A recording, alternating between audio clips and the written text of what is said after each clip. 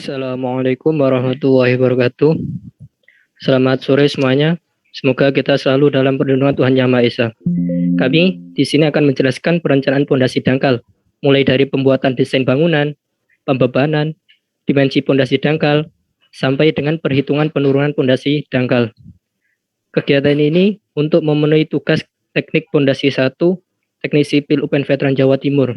Kelompok kami terdiri dari 8 mahasiswa, yaitu yang pertama saya sendiri Muhammad Miftahul Huda dengan NPM 19035010018. Kemudian saya Radian Hafiz dengan NPM 19035010019. Saya David Ruiz dengan NPM 190350152. Saya Muhammad Agus Silmi dengan NPM 1903505159. Saya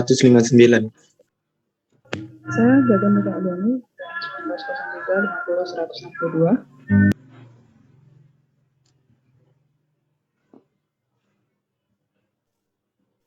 Saya Aldiki Kurniawan dengan NPM 19035010090. Saya Nafita Ramayati, NPM 190, 350, 198. Saya Pilandri Alvareta Pranasetia dengan NPM 190, 350, 10105.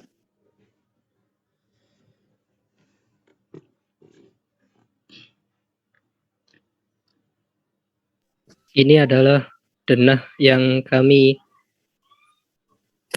desain untuk pendesainan pondasi dangkalnya. Ada 2 lantai, yaitu lantai 1 dan lantai 2. Lanjut. Untuk yang pertama kali kita adalah menghitung beban mati. Beban yang pertama ada beban mati pada plat rantai yang terdiri dari beban pasir setebal 1 cm dikali 16, yaitu 0,16 kN per meter persegi. Lalu beban spasi setebal 3 cm dengan total 0,66 kN per meter persegi. Lalu beban keramik setebal 1 cm dengan total 0,22 kN per meter persegi. Lalu beban plafon untuk penggantung dengan total 0,2 kN per meter persegi. Lalu beban instalasi mekanika elektrik dengan total 0,25 kN per meter persegi. Jadi total beban pada plat rantai yaitu sebesar 1,49 kN per meter persegi. Lalu yang kedua adalah beban mati pada plat atap yang terdiri dari beban waterproofing dengan aspal 2 cm dengan total 0,28 kN per meter persegi. Beban plafon untuk penggantung yaitu 0,2 kN per meter persegi.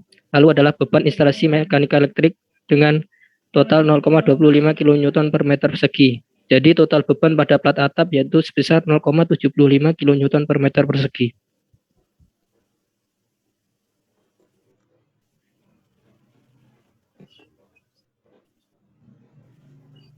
Lanjut. Lalu beban mati pada balok. Maaf.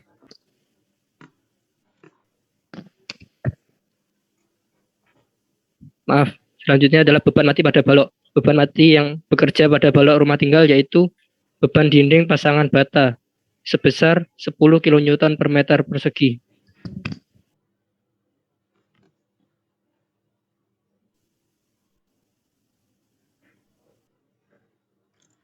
Kemudian berikutnya adalah beban mati pada tangga.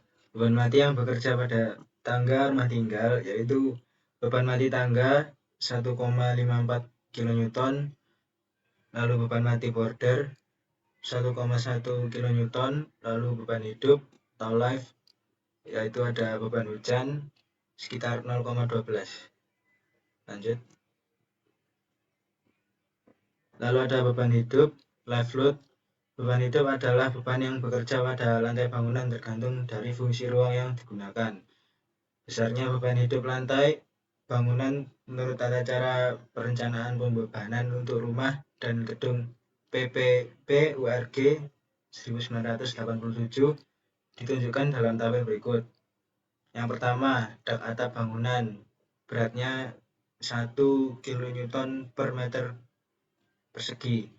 Lalu yang kedua rumah tinggal yaitu 2 kN per meter persegi. Lanjut. Lalu didapatkan hasil output sub 2000, gaya aksial P sama dengan 24.832,23 kilo. Lalu gaya geser V sama dengan 2665,96 kilogram. Lalu momen sama dengan 1744,77 kilogram.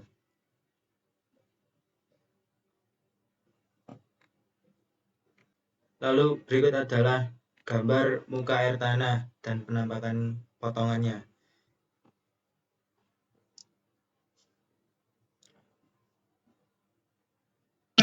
Kemudian ada data perencanaan, ada data beton. Kolomnya berupa 250 kali 250 cm. Balok yang digunakan 250 kali 250 cm. Plat 12. PD-nya 100 kN, PL 50 kN, MU 17,477 kN/meter, gamma C 22 kN per meter kubik, FC sama dengan 30 megapascal, FY sama dengan 300 megapascal, tulangan dengan diameter 19.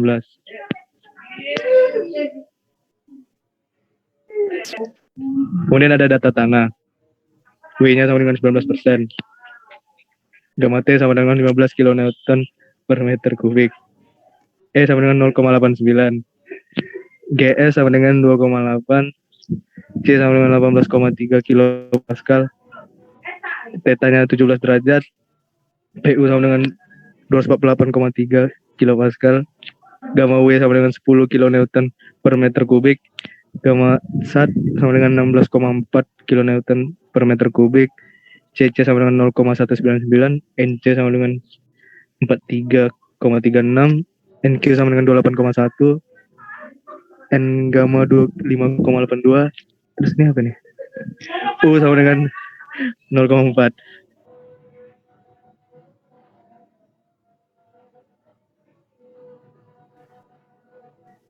Data fondasi DF sama dengan 2, D sama dengan 0,415, B sama dengan 1,7, HC sama dengan 0,5, HT sama dengan 1,5.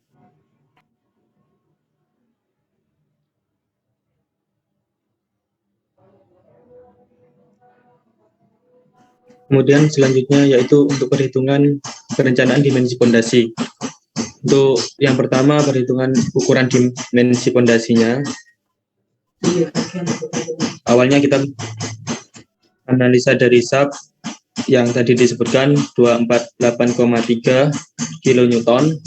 Untuk formula Terzaghi yang dipakai rumus bujur sangkar karena kita merencanakan pondasi bujur sangkar dengan QU sama dengan 1,3 kali C kali NC plus Q kali NQ plus 0,4 kali gamma kali lebar pondasi atau B dikalikan N gamma. Dengan angka keamanan yang dipakai adalah 3. Untuk Q izin sendiri rumusnya yaitu QU min 3. Untuk Q izin sama dengan Q ultimate per 3 sama dengan sepertiga kali rumus dari formula Terzaghi yang tadi disebutkan. Kemudian Q izin sama dengan Q izin per B kuadrat sama dengan 248,3 per B kuadrat, sehingga didapatkan rumus 248,32 per B kuadrat sama dengan 1/3 dikalikan rumus Terzaghi, kemudian dikorelasikan dengan sudut gesernya, dimasukkan 17 derajat, dan dimasukkan juga nilai NC, NQ, dan N gamma dari tabel Terzaghi.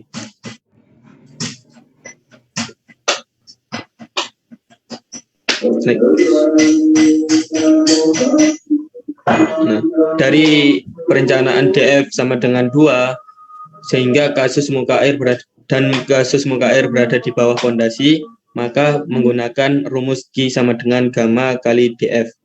Sehingga Q sama dengan gamma kali DF yaitu 30, kemudian diperhitungkan dari rumus yang sudah disusun atau diperhitungkan di slide sebelumnya, sehingga dilakukan dengan perhitungan coba-coba dan ditemukan nilai B sebesar 0,67 meter.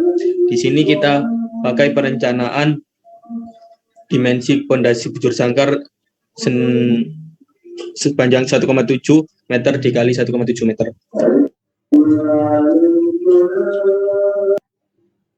Lalu untuk mencari Hi, yaitu gamma dikali DF, sama dengan 15 kali 2 dapat 30,00 kilonewton per meter kubik, sehingga Hi ultimate-nya yaitu dengan rumus 1,3 dikali C dikali NC ditambah Hi dikali NQ ditambah 0,4 dikali gamma dikali P dikali N gamma.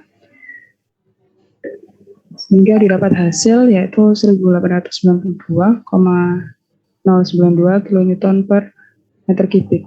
Lalu Fs-nya yaitu 3, sehingga Hi nya sama dengan Hi ultimate per Fs dikali B kuadrat, yaitu 1892,092 dibagi 3 dikali 1,7 kuadrat, dapatkan hasil 1822,715 dan seterusnya kilonewton.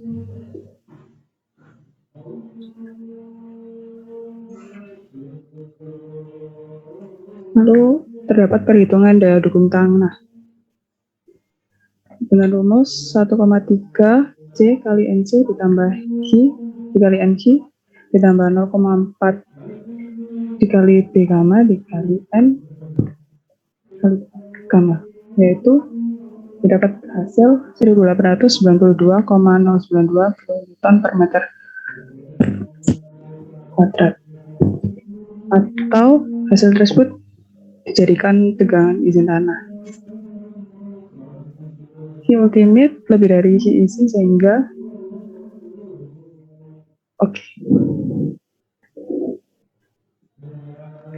selanjutnya akan dilanjutkan oleh teman saya. C. Kontrol tegang pada tanah. Hi sama dengan rumus HC dikali gamma C plus HT dikali gamma T sama dengan 0,5 dikali 22 ditambah 1,5 dikali 15 dan ketemu hasil 33,5 km Newton per meter kuadrat. P sama dengan Q izin 248,3 km Newton dan tegangan maksimal sama dengan P per B kuadrat ditambah MU per 1/6 kali B pangkat 3 ditambah Q dan ketemu hasil 140,761. QU lebih besar dari tegangan maksimal dan di sini hasilnya memenuhi dan oke. Lalu untuk tegangan minimal dengan rumus P per B kuadrat dikurangi MU 1/6 kali B pangkat 3 plus Q dan ketemu hasil 98,07 km Newton per meter persegi.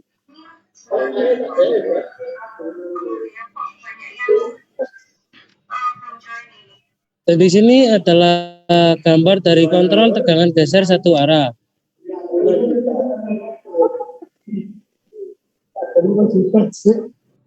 D. Kontrol tegangan geser satu arah. DS sama dengan 75 plus tulangan per 2 dan ketemu hasil 84,5 sama 85 mm. Lalu D AC kali 1000 min DS dan ketemu hasil 415 mm dan A-nya dengan rumus B kali 1000 per 2 dikurangi kolom per 2 dikurangi D dan ketemu hasil 310 mm. Lalu untuk tegangan A sama dengan tegangan minimal ditambah HC dikurangi A dikali tegangan maksimal dikurangi tegangan minimal per HC dan ketemu hasil 120,30 kN per meter persegi.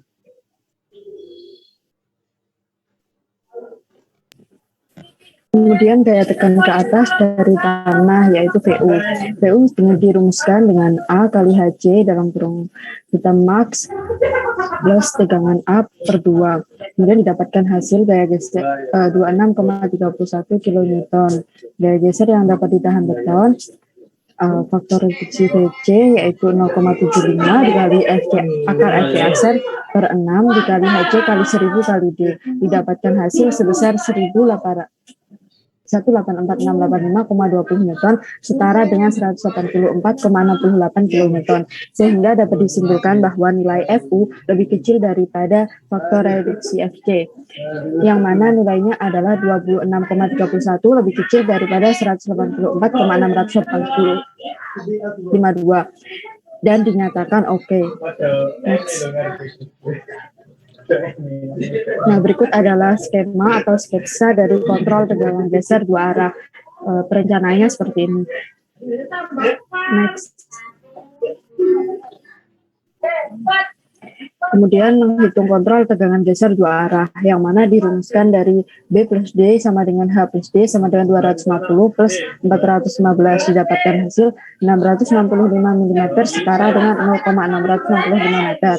Kemudian menghitung VU, yaitu dengan rumusan B kuadrat min B plus D dikali dengan H plus D, kemudian tegangan maksimum ditambah dengan minimum dibagi 2 dengan hasil 292,3 Newton.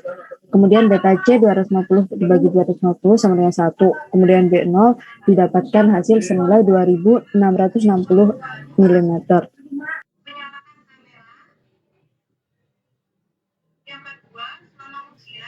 Kemudian mencari VC1 sama dengan 1 plus 2 per beta C akar FC aksen kali B0 kali D per 6. Didapatkan hasil 3023,154 kN. VC2 sama dengan 2 ditambah AS kali D per B0 akar FC aksen kali B0 kali D per 6. Didapatkan hasil 4152,102 kN. VC3 sama dengan 1/3 akar FC aksen kali B0 kali D, didapatkan hasil 2015,436 kN. Sehingga VC yang dipakai yaitu VC3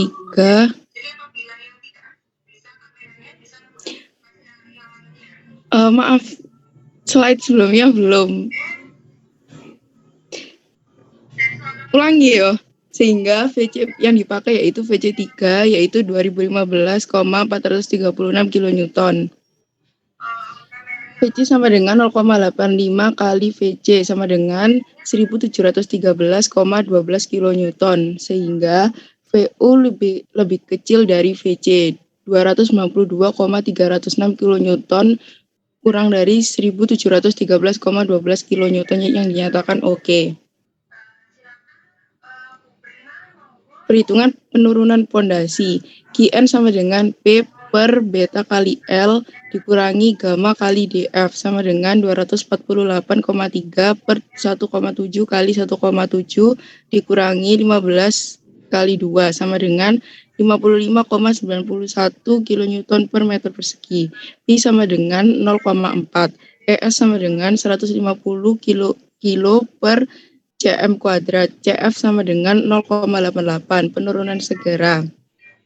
SI didapatkan hasil 0,0028065 meter. Penurunan akibat konsolidasi primer. Anggap normal consolidated.